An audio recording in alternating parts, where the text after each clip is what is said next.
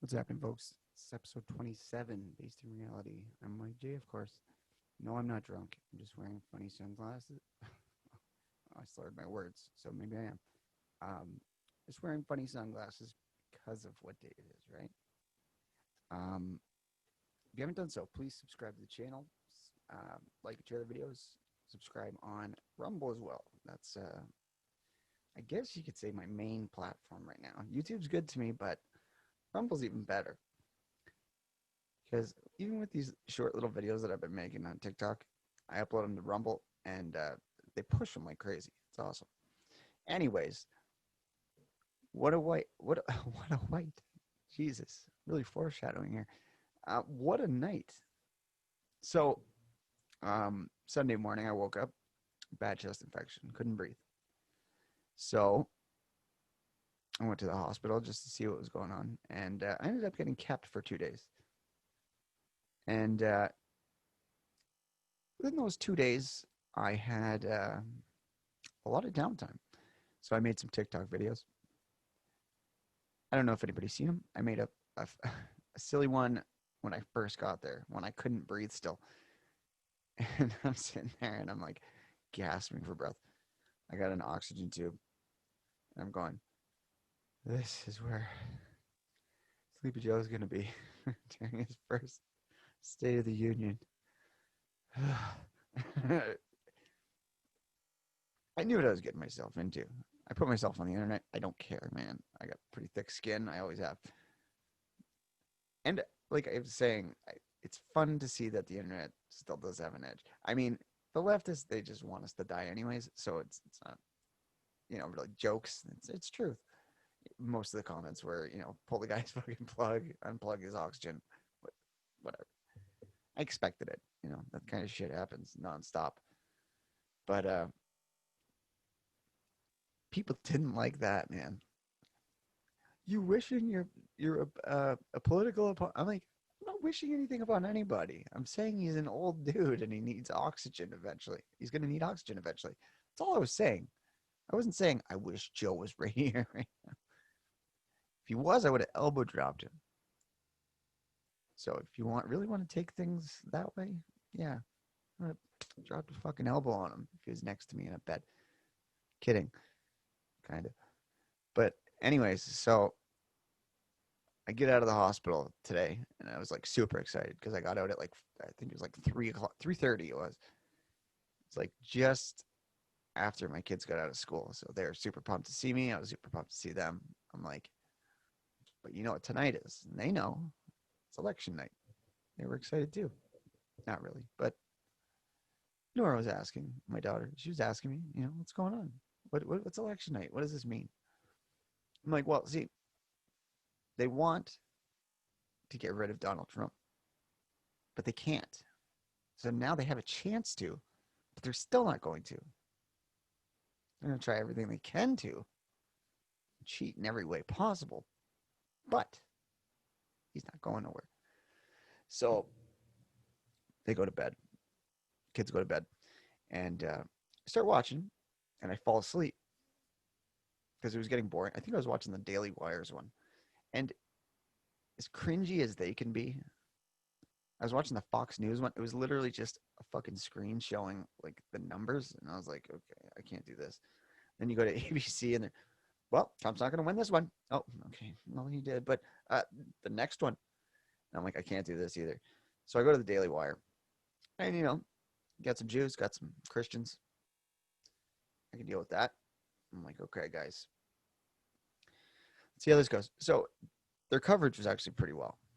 They had Dennis Prager on there, which he's a fucking mouthpiece. He just doesn't stop talking.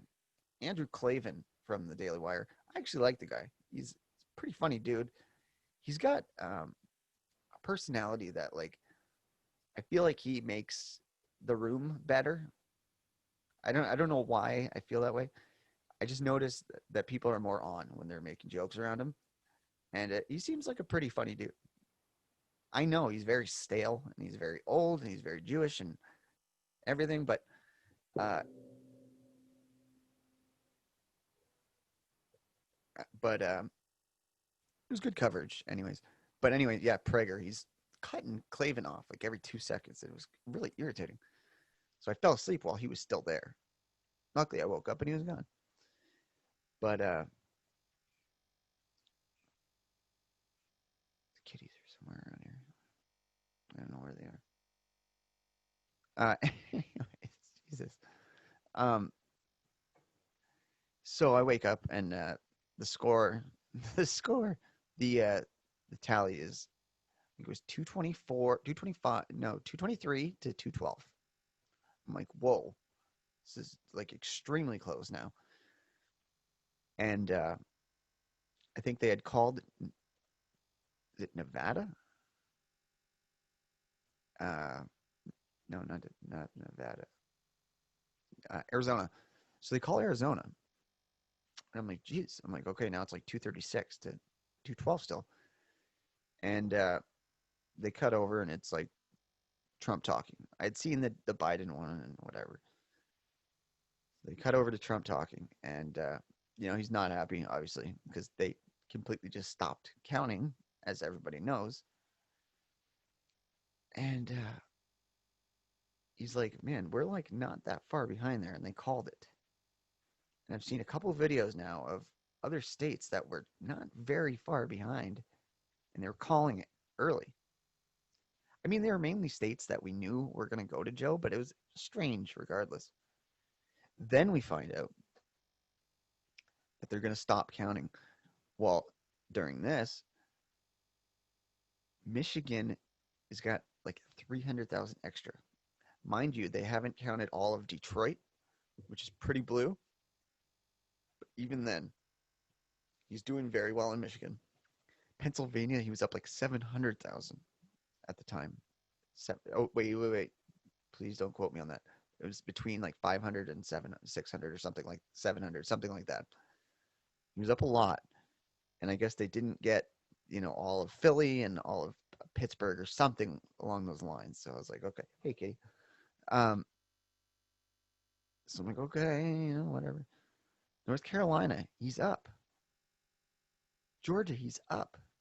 And they're like, yeah, we're not counting it anymore. Okay.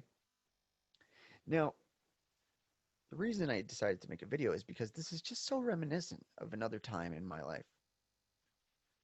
When I was 11 years old, and because I was some kind of dork when I was a kid, I guess.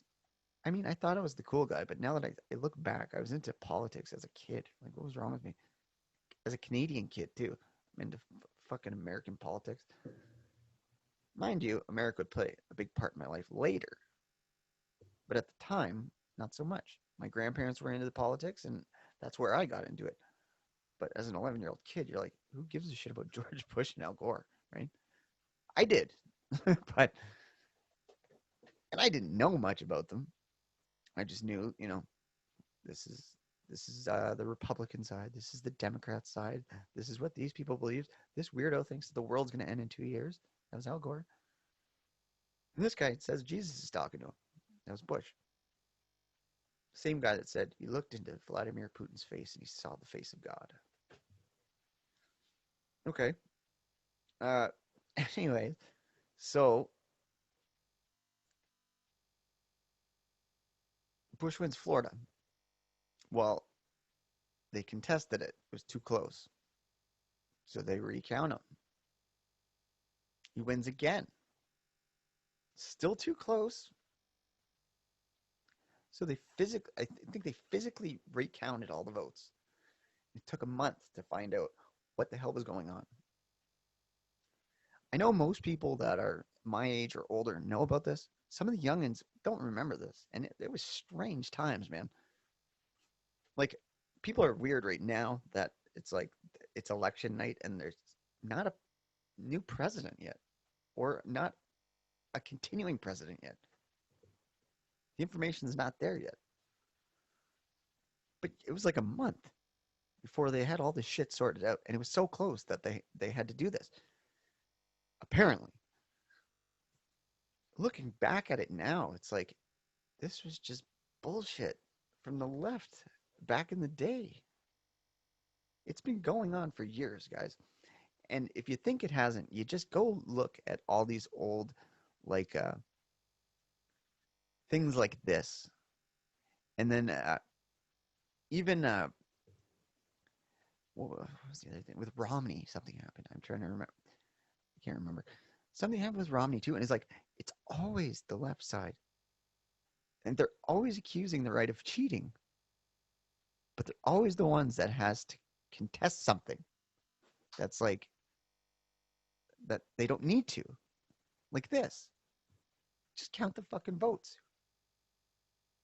Tell us Trump's still the president. Like, just tell us. Regardless, I thought that was a little crazy. So now I'm like wide awake, wired. I'm probably gonna go get a coffee soon because I usually get up at 6:30 anyways. So that's what 3 hours away. And I got a little bit of a nap. Now, while I was in the hospital, I didn't sleep very well, and because of that, and obviously you know why that is. Every 4 hours they're coming in, checking on you, giving you medication, doing this, doing that, and it sucked. And everything was going good actually in the hospital. It wasn't bad until last night. I finally started to get some sleep, and I hear boom, boom, boom, crash, and I'm like, wake up. I'm like, what the fuck is happening?